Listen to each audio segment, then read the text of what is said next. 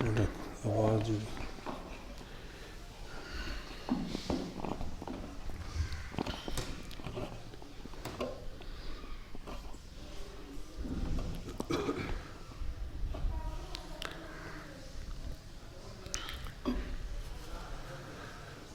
تو ہم اگر تکلیف نہیں تو تھوڑا کیا تکلیف تو نہیں کوئی اشرف کوئی تکلیف تو نہیں آئے تھے تھوڑا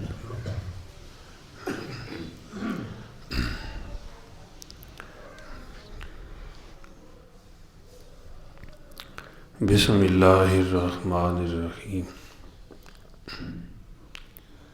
نحمدہ ونصلی علی رسولہ الکریم وعلی آلہ واصحابہ وآل بیتہ اجمعین اما بعد فاعوذ باللہ من الشیطان الرجیم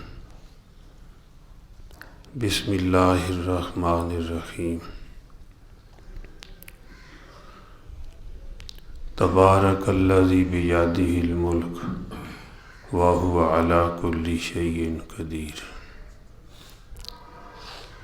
الذی خلق الموت والحیاۃ لیبلوکم ایکم احسن عملا وہو العزیز الغفور وقال اللہ تعالی کل نفس ذائقۃ الموت ثم الینا ترجعون وقال النبی صلی اللہ علیہ وسلم کفی بالموت واعظا او کما قال رسول اللہ صلی اللہ علیہ وسلم۔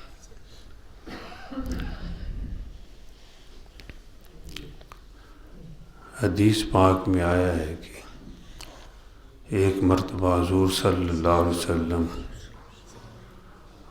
اپنے صحابہ میں تشریف فرما تھے، مجلس لگی ہوئی تھی، تو آپ نے فرمایا اگر کوئی 10 مرتبہ سورہ اخلاص پڑھ لے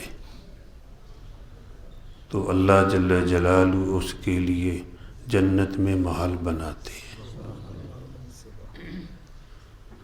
تو سیدنا عمر فاروق رضی اللہ تعالیٰ انہوں نے عرض کیا یا رسول اللہ صلی اللہ علیہ وسلم کہ اب ہم خوب مال بنائیں گے۔ اس مجلس میں حضرت عمر رضی اللہ تعالیٰ بھی تھے، جن کے بارے میں زندگی میں حضور صلی اللہ علیہ وسلم نے فرمایا عمر فی الجنہ، کہ عمر جنتی ہے، اور فرمایا جب میں معراج کی رات میں گیا جنت کی سیر کی تو میں نے ایک محل دیکھا، پوچھا یہ محل کس کا ہے؟ تو مجھے بتایا گیا کہ یہ عمر بن خطاب رضی اللہ تعالیٰ کا محل ہے۔ آ کر حضرت عمر رضی اللہ تعالیٰ کو بتایا، فرمایا کہ جی چاہ کے دیکھ لوں، لیکن عمر تیری غیرت یاد آ گئی۔ اور دین کا ایک مسئلہ ہے کہ جب قرآن پاک پڑھا جائے اس لیے سے کہ لوگ سنیں، مجلس لگی ہوئی ہے، ایک تو اپنا اپنا پڑھ رہے ہیں سب، اس وقت خاموش ہو جانا یہ فرض ہے، اور سننا بھی فرض ہے۔ فَاسْتَمِعُوا لَهُ وَأَنصِتُوا، 2 ادب سکھائے گئے ہیں، ایک فرمایا سنو، دوسرا فرمایا بولنا بھی نہیں ہے، چپ رہنا ہے، ذکر بھی نہیں کرنا۔ ایک ہوتا ہے نا چلو میں ذکر کر لوں، ذکر بھی نہیں کرنا، یہ سننا ہی ذکر ہے۔ اور ایسے ہی کہ اگر دین کی بات ہو رہی ہے، علماء نے اس کی تفسیر میں بیان فرمایا، تو پھر دین کی بات سننا اور پھر خاموش رہنا، یعنی با ادب ہو کر سننا، یہ واجب ہے۔ فَاسْتَمِعُوا لَهُ وَأَنصِتُوا، فرض اور واجب یہ قریب قریب ہیں، اگر یہ کریں گے تو فرمایا لَعَلَّكُمْ تُرْحَمُونَ، کہ شاید تم پر رحم کیا جائے۔ دین کی بات یہ سننا، یہ بھی ذکر ہے۔ اسی طرح کوئی بات سن کر اطاعت کر رہے، مثلا بیت الخلاء میں داخل ہوا، بسم اللہ پڑھ لی، اور پھر اللہم انی اعوذ بک من الخبث والخبائث یہ پڑھ لیا، اور بایاں پاؤں سے داخل ہوا، اور اب وہاں بیٹھا ہوا ہے، خاموش بیٹھا ہوا ہے، اور پھر وہاں سے نکلا اپنی ضرورت پوری کر کے، دایاں پاؤں کے ساتھ باہر پڑھا غفرانک، اتنا پڑھ لیا، یا آگے اور بھی دعا ہے، الحمدللہ الذی اذھب عنی العذا وعافانی،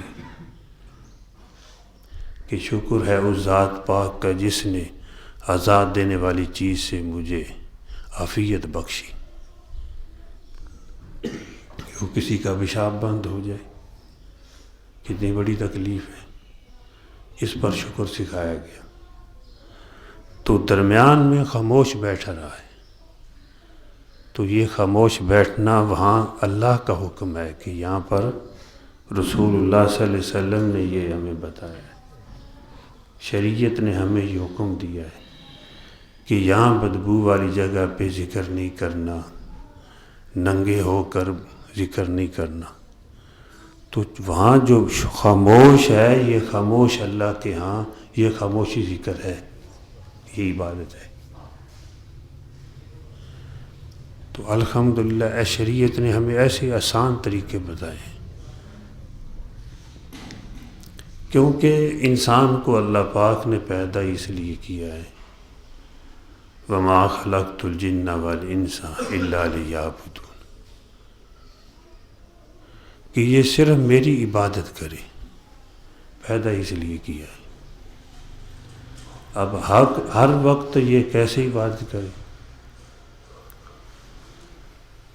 تو دنیا کے کام بھی حضور صلی اللہ علیہ وسلم کے طریقے پر کرے، تو یہ عبادت ہے۔ 5 وقت کی نماز مسجد میں پڑھے، گھر میں جا کر گھر والے جو آداب ہیں جو سنتے ہیں وہ ادا کرے، گلی میں ہے ممکن ہو تو دائیں طرف چلے، کوئی خطرہ نہ ہو، آتے جاتے کو سلام کرے، یہاں کی یہ عبادت ہے۔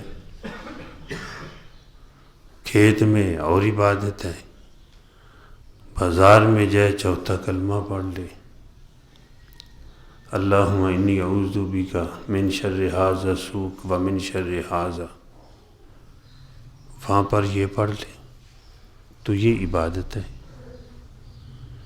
گھر میں جائے السلام علیکم کم از کم ورحمۃ اللہ وبرکاتہ یہ کہہ لے، تو یہ عبادت ہے گھر کی۔ گھر میں مسکراتے ہوئے گھر داخل ہوا، یہ حضور کی سنت ہے صلی اللہ علیہ وسلم، تو یہ عبادت ہے۔ اپنے چھوٹوں سے شفقت کرے، یہ عبادت ہے۔ جہاں بڑے آ جائیں ان کا ادب کرے، یہ عبادت ہے۔ کسی جانور کو تکلیف نہ دے، شریعت کا نچوڑ ہے یہی کہ ہماری ذات کی وجہ سے دوسرے کو تکلیف نہ ہو۔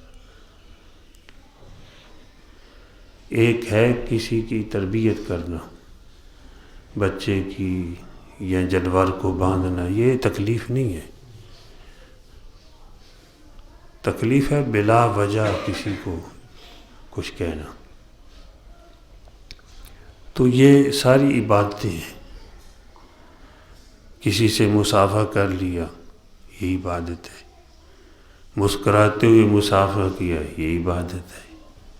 آپ صلی اللہ علیہ وسلم کی سنت ہے. یہ بھی فرمایا صدقہ ہے. تو صدقہ عبادت ہے. مسکراتے ہوئے کسی سے مل لیا اور کسی کو تکلیف اپنی ذات کی وجہ سے نہ پہنچے کہ میری ذات کی وجہ سے کوئی پریشان نہ ہو. دیکھو کسی کو بتا دیا کہ بھئی یہ نماز آپ پڑھ رہے تھے اچھے طریقے سے، کسی کو گھٹیا نہیں سمجھنا، آپ اس طرح غلطی کر رہے تھے، ہم نے سنا ہے کہ بھئی اس طرح پڑھنی چاہیے اگر پوری تحقیق ہو تو اس طرح ہم اگر معاشرے میں یہ کام کریں گے تو ہماری دنیا بھی بنے گی، ہماری آخرت بھی بنے گی، اور ہماری دنیا سنورے گی اور ہماری آخرت بھی سنورے گی. ہمارا گھر بھی سنورے گا، ہماری قبر بھی سنورے گی. آج کتنے لوگ ہیں دنیا میں، بیر تو بڑے خلیق ہیں اور بڑے سلام کرتے ہیں، گھر جا کر سارے اس سلام کو پتہ نہیں کس حال میں برباد کر دیتے ہیں. گھر بولنے کا پتہ نہیں ہے. معاشرے کی بات کر رہا ہوں. دفتر میں جاتے ہیں، غیر محرم ہے جس کو دیکھنا بھی جائز نہیں، محترمہ ادھر بیٹھو، فلاں جی ادھر بیٹھو، بڑی مسکرا کر باتیں کرنی.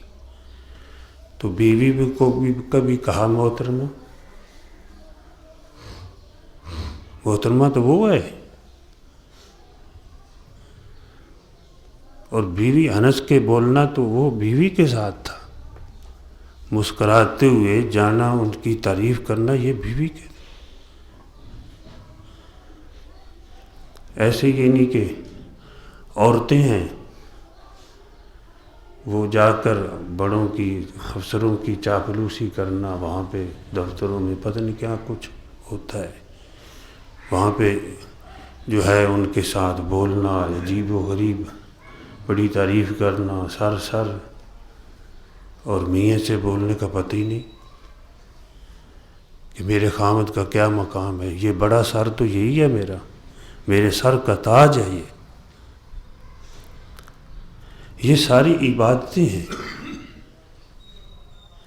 اگر ہم بیوی کا ایک مقام سمجھ لیں، والدین کا مقام سمجھ لیں، بچوں کا مقام سمجھ لیں، ہمارا گھر بھی سنورے گا، ہماری قبر بھی سنورے گی. ہم دنیا سے چلے جائیں گے تو بچے رب ارحمہما کما ربیانی صغیرا پڑھیں گے. دنیا سے چلے جائیں گے تو وہ کچھ صدقہ خیرات کر کے ہمیں بھیجتے رہیں گے. ہم ایک دن اکٹھے بچے ہنس رہے تھے، سب آپس میں کوئی باتیں ہو رہی تھی اس طرح کی، خوش ہو رہے تھے، ہنس رہے تھے. تو میں بھی ہنس رہا تھا، بس جیسے ایک ماحول ہوتا ہے. آپ صلی اللہ علیہ وسلم جب کوئی دنیا کی بات کرتا تھا تو آپ دنیا کی بات بھی کر لیتے تھے، دین کی بھی کرتے تھے، لیکن اصلاح ضرور فرماتے تھے. نبی کی ذات خاموش نہیں رہ سکتی. میں ہو سکتا ہوں ڈر کی وجہ سے کسی کو کچھ نہ کہوں، کوئی ایسا نہ کرو، لیکن جو نبی کی ذات ہوتی ہے وہ خاموش نہیں رہتی غلط دیکھ کر. جو نبی کی ذات ہوتی ہے اگر کسی کام کو دیکھ کر خاموش ہو جائے تو وہ شریعت بن جاتا ہے.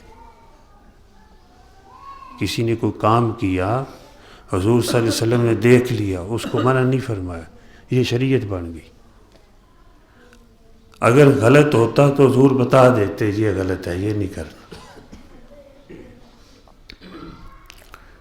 تو ہنسنا چاہیے نیکی کر کے.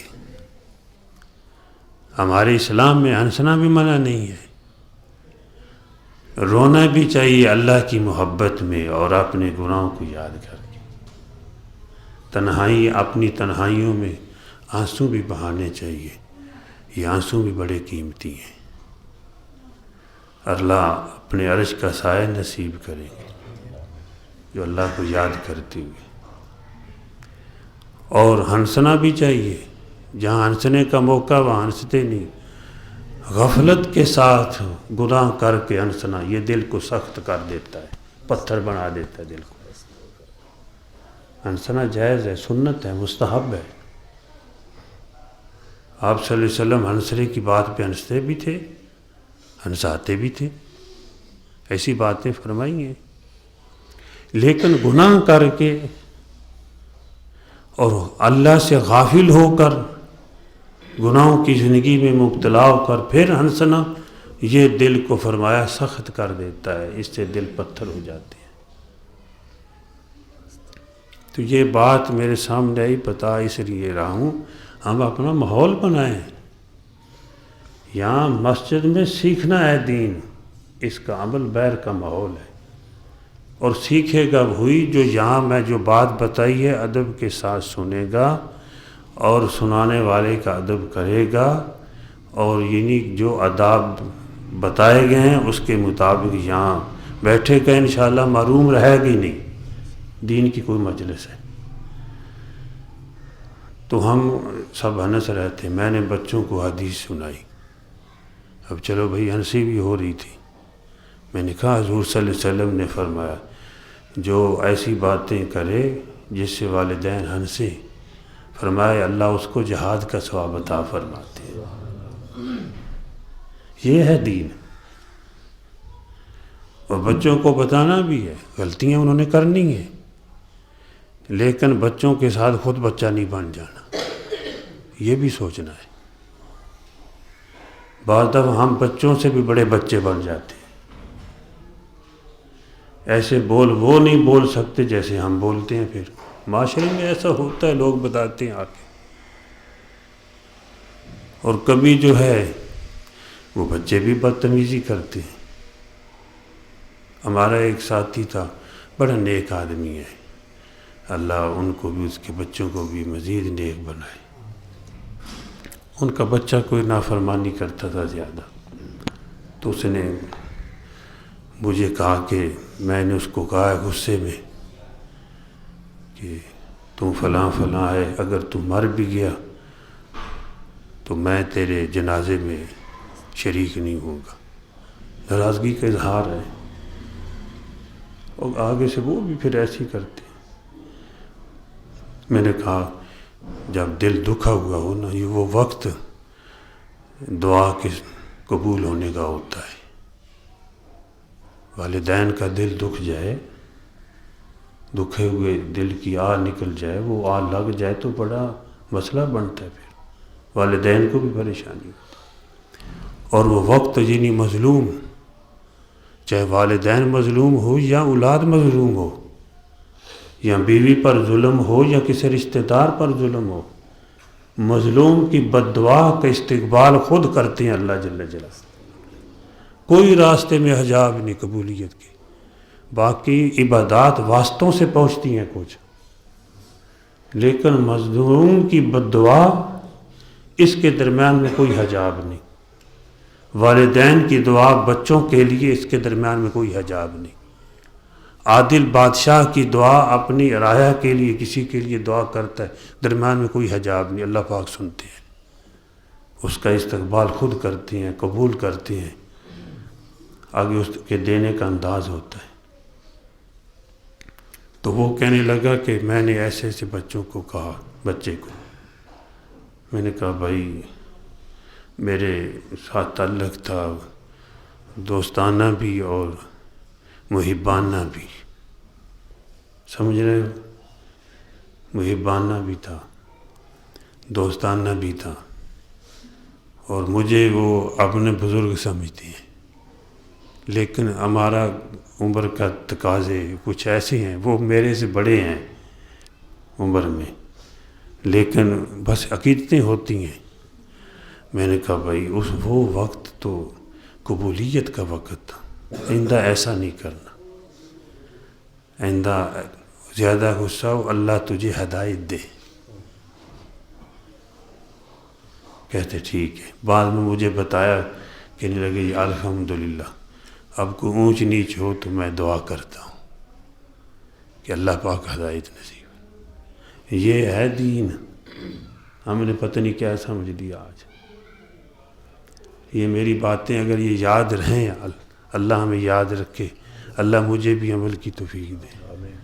میں سب سے زیادہ کمزور ہوں، کسی کو کیا کہوں گا، لیکن یہ مذاکرہ، یہ بتانے باتیں، ہمارا اس میں فائدہ ہے۔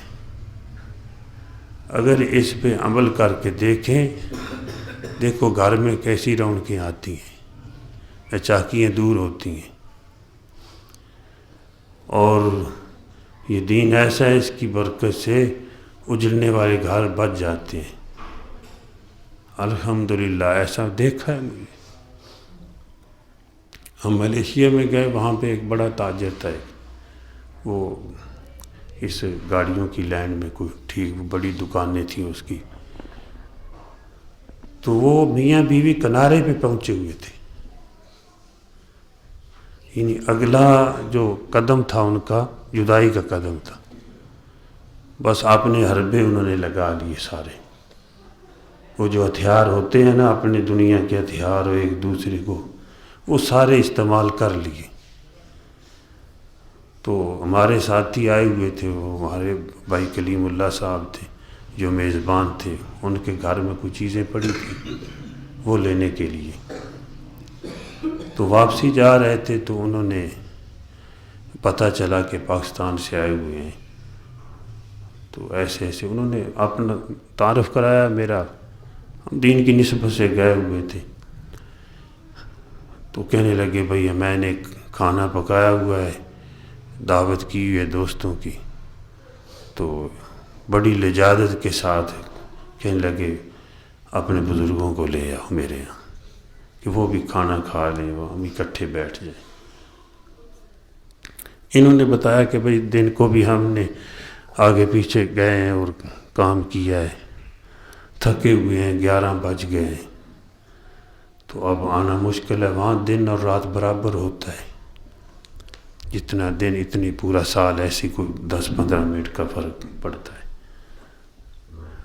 تو کہتے ہیں کہ بھئی آپ مہربانی کریں، پر انہوں نے مجھے آ کے انہوں نے کہا پوچھتے ہیں، مشورہ کرتے ہیں۔ وہ آ کر بھائی کلیم اللہ صاحب بھی، وہ دوسرے سب، انہوں نے بتایا کہ اس طرح کا بھائی ہمارا ہمسایہ ہے، وہ کہہ رہا ہے۔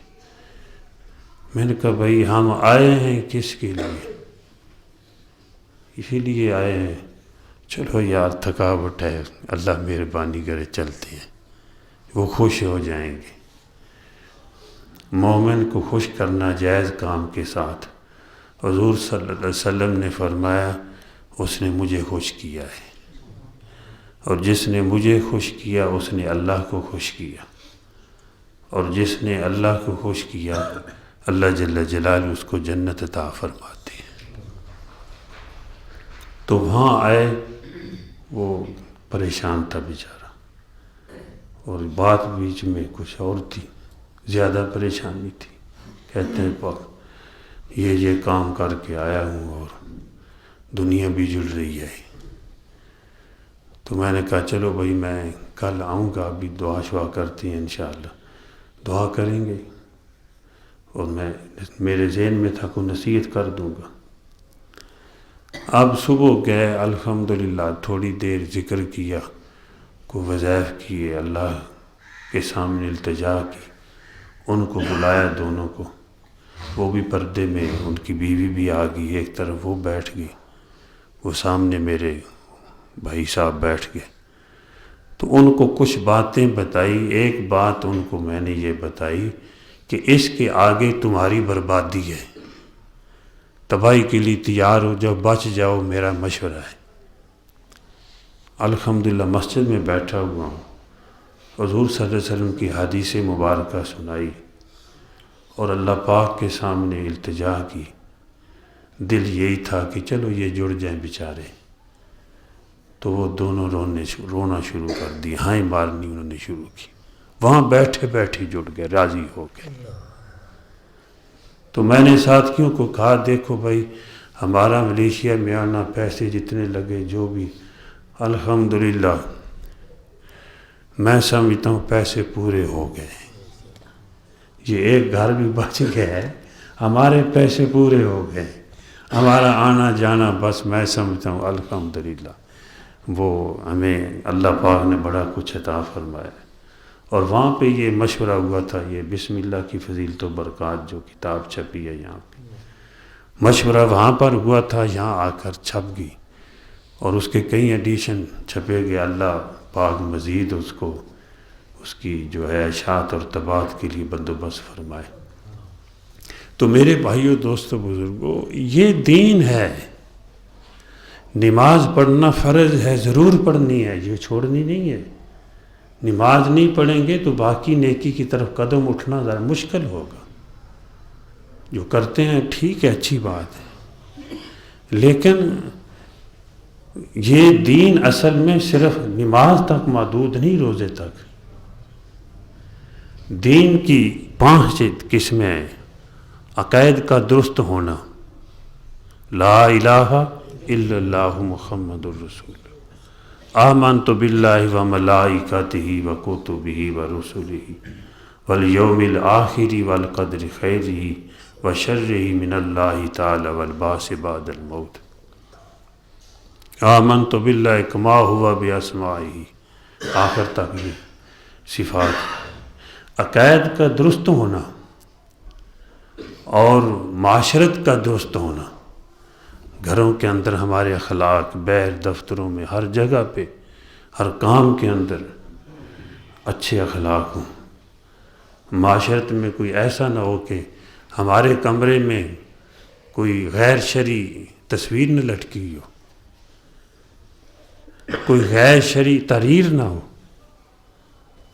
ہمارے گھر کے اندر کوئی گناہ والی چیزیں نہ ہوں، کوشش کی جائے۔ مقصد یہ ہے معاشرت کا، اور معاملات کی صفائی، لین دین میں دھوکے بازی نہ ہو۔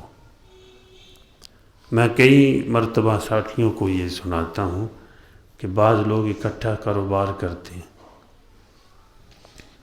کہ حضور صلی اللہ علیہ وسلم نے فرمایا کہ جب اللہ پاک فرماتے ہیں جب 2 آدمی شراکت کرتے ہیں کسی کاروبار میں تو اللہ جل جلالہ فرماتے ہیں انا ثالث، تیسرا میں ہوں تمہارے ساتھ، 2 تم ہو، تیسرا میں ہو گیا۔ مطلب کیا؟ میری برکت، میری مدد تمہارے ساتھ ہے جب تک تم ایک دوسرے کو دھوکہ نہیں دو گے۔ دھوکہ دے دیا، میں پیچھے ہٹ گیا، تو میں کہا کرتا ہوں دھوکے سے بچنے کے لیے بہترین طریقہ یہ ہے، ساتھیوں کو بتاتا ہوں، کوشش کریں میرا تھوڑا سا پیسہ بھائی کی طرف چلا جائے، پھر بچے رہیں گے۔ برابر سرابر پہ بھی آئیں گے تو ہو سکتا ہے وہ غلطی ہو جائے۔ حضور صلی اللہ علیہ وسلم نے مثال دے کے سمجھایا، جو چراگاہ کے کنارے پہ بکریاں چراتا ہے وہ ایک دن چراگاہ میں بکریاں داخل ہو جاتی ہیں، ذرا ہٹ کے چرائے۔ یہ سرکاری چراگاہ ہوتی تھی پہلے بچیوں کی، وہ ہٹ کے چرائے گا تو پھر بچا رہے گا، مجرم نہیں بنے گا۔ ایسی شریعت کے اندر یعنی احتیاط والا راستہ، میں اکثر کہا کرتا ہوں یہ کوشش کریں بھئی میرا پیسہ تھوڑا سا زیادہ چلا جائے، میری چیز ادھر تھوڑی چلی جائے، میری طرف زیادہ نہ آئے۔ جب اللہ کے لیے کوئی گھاٹا کھائے گا اللہ دنیا آخرت کے گھاٹوں کو پورا کرے گا، کوئی اللہ کے لیے نقصان اٹھائے گا اللہ دنیا آخرت کے نقصانات سے اس کو بچائے گا، اس کے پورے کرے گا۔ یہ دین ہے، اپنی قبر کو بنانا ہے، اپنی دنیا کو بنانا ہے، اور جانے والوں سے یہی سبق حاصل کیا جائے جو دنیا سے چلے گئے ہیں۔ حضور صلی اللہ علیہ وسلم نے فرمایا کہ نیک بخت آدمی وہ ہے سعید جو دوسروں سے سبق حاصل کرے، نصیحت حاصل کرے۔ ایک واقعہ ہوتا ہے نا، تو اس سے آدمی نصیحت حاصل کرے، بھائی اس نے ایسا کیا، کہیں میرے ساتھ بھی ایسا نہ ہو۔ ایک یہ بھی ہے، کوئی اچھی نصیحت کرے اس کو قبول کرے، یہ نہیں مجھے نصیحت کیوں کی ہے، بلکہ اس کا شکریہ ادا کرے کہ شکر ہے اس نے مجھے دین کی باتیں بتائیں۔ اب الحمدللہ کتنی دین کی باتیں بتائیں، معاشرے کی، معاملات کی صفائی بھی ہو لین دین میں۔ تو یہ امید ہے کہ آپ کو یاد آئیں گی۔ اب یہ سارا سبق تو نہیں ہے کہ کہیں لکھ لی ہے، لیکن موقع پر باتیں کو یاد آ جاتی ہیں کہ گھر میں کیسے رہنا ہے۔ پھر عمل کی کوشش کریں گے تو انشاءاللہ امید ہے اللہ مدد فرمائیں گے۔ اور غلطی ہو گئی ہے معذرت کر لیجئے۔ ہمارے ہاں جو وہ مجلس ذکر پہ جلیبیوں والا یہاں پہ ہے، ایک جلیبی بیچتا ہے، وہ ماشاءاللہ دوسروں سے ہمیں 70 روپے کم دیتا ہے جلیبی۔ میں نے کہا بھائی اس کو کہنا وہ مزدور آدمی ہے، اپنے پیسے ٹھیک تھوڑا بہت چلو کر لے، کوئی تھوڑا بہت جو ہے وہ کم کر لے، لیکن اپنے پیسے لے لیا کرے۔ ایک اندر احساس ہے، سیدھی سی بات، وہ بیچارے کو جو ہے نا کہیں گھاٹا نہ آ جائے۔ تو اس کو جا کر وہ درمیان میں جس کو میں نے کہا جا کر بتایا، اس نے کہا نا جی میں 70 روپے کام لیتا ہوں، الحمدللہ دوسرے تیسرے دن اسی مہینے میری کسر نکل جاتی ہے، اللہ مجھے بڑا دیتا ہے۔ اور اس ایک وقت تھوڑی جلیبی کم آئی تو ہم کہتے ہیں بھائی آج کوئی ہے تھوڑی کم، کوئی 10 کلو کم تھی۔ دوسرے دن ہم نے نہیں کہا اس کو، دوسرے دن یہاں آیا، وہ جی اس طرح جلدی میں 10 کلو آپ کی جلیبی کم آئی ہے تو وہ جس وقت چاہے اپنی لے لینا۔ ہم نے کہا وہ عورتوں کا پروگرام ہوتا ہے ماہانہ، چلو اس کے لیے بھیج دیں۔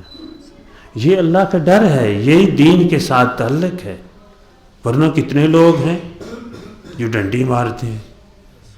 اب وہ کہتا ہے مجھے اللہ زیادہ دیتا ہے، ہم کہتے ہیں ہم احساس کے لیے کہ بھی دیکھو اس کی جو ہے نا مزدور ہے بیچارے کام نہ ہوئے۔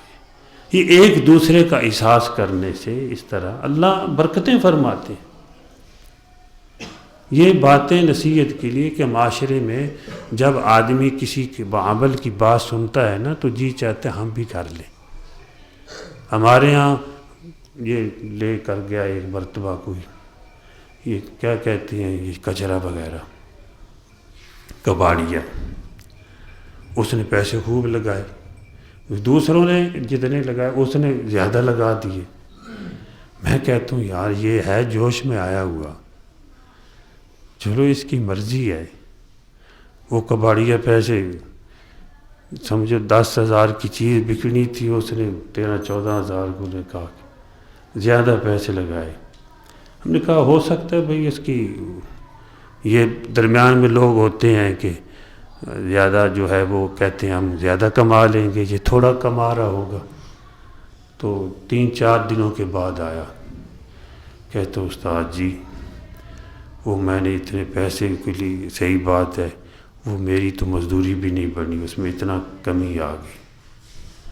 میں نے کہا بھائی دیکھو جتنے تیرے کو بکی ہے نا 10,000 کا مثلاً بنا ہے، وہ کیا کہتے ہیں کچرا جو ہے، یہ جو چیزیں ہیں، تو اس میں سے اپنی مزدوری رکھ لے، باقی ہمیں دے دے۔ اب وہ خوش ہو گیا۔ یہ میں نے کیوں کہا؟ اس ایک ذات کی خوشنودی کے لیے۔ یہ مزدور آدمی ہے بیچارہ زیادہ پریشان، اس نے جوش میں ہمیں پیسے وہی دے رہا ہے جو دوسروں نے دینے ہیں۔ وہ اس دن کا تعلق آج تک وہ تعلق چل رہا ہے۔ نیکی ایسی ہے بھلائی نہیں جاتی، قبر میں بھی آدمی چلا جاتا ہے وہاں بھی یاد رہتی، اللہ وہاں پہ بھی اس کا اجر دیتے ہیں۔ اس لیے آپ نے معاشرے کے اندر زندگی سنوارنی ہے، آخرت کی زندگی بنانی ہے، دین کے ساتھ دنیا بھی بنے گی آخرت بھی بنے گی۔ دین کے ساتھ ہمارا گھر بھی سنورے گا، قبر بھی سنورے گی، دین کے ساتھ یہ دنیا کا میدان بھی سنورے گا اور معاشر بھی سنورے گا۔ اور یہ دنیا اگر دین کے مطابق ہم بنا لیں، جیسے میں نے جمعے پر بھی ایک مرتبہ کہا کہ بڑے شفقت کرنا شروع کر دیں، چھوٹے ادب کرنا شروع کر دیں، علماء کی قدر شروع کر دیں، پورے معاشرے میں کیا نظر آئے گا؟ کہیں گالی گلوچ نظر آئے گی؟ کوئی سنی جائے گی؟ ہر جگہ پہ شفقت، محبت، قدر یہی نظر آئے گی۔ تو جب یہ نظر آئے گی تو جنت میں کیا ہوگا؟ پیار ہی تو پیار ہوگا۔ اللہ دنیا کو بھی جنت کا نمونہ بنا دیتے ہیں۔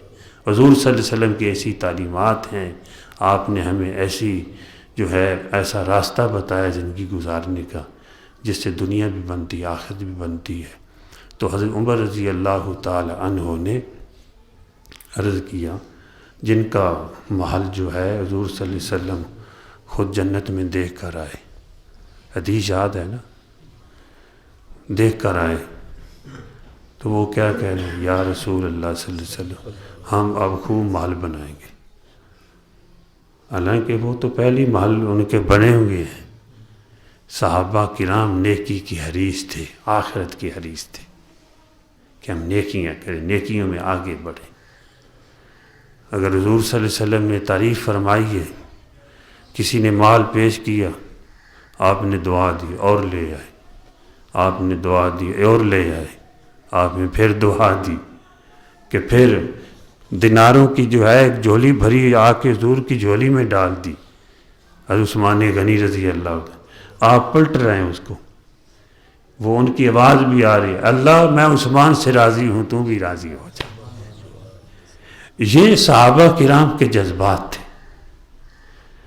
لیکن اس کے باوجود یہ نہیں کہ جنت عثمان پھر جنہ، کہ عثمان جنتی، آج کے بعد نیکی کی ضرورت نہیں، عثمان اور نیکیوں میں بڑھ گیا رضی اللہ تعالیٰ۔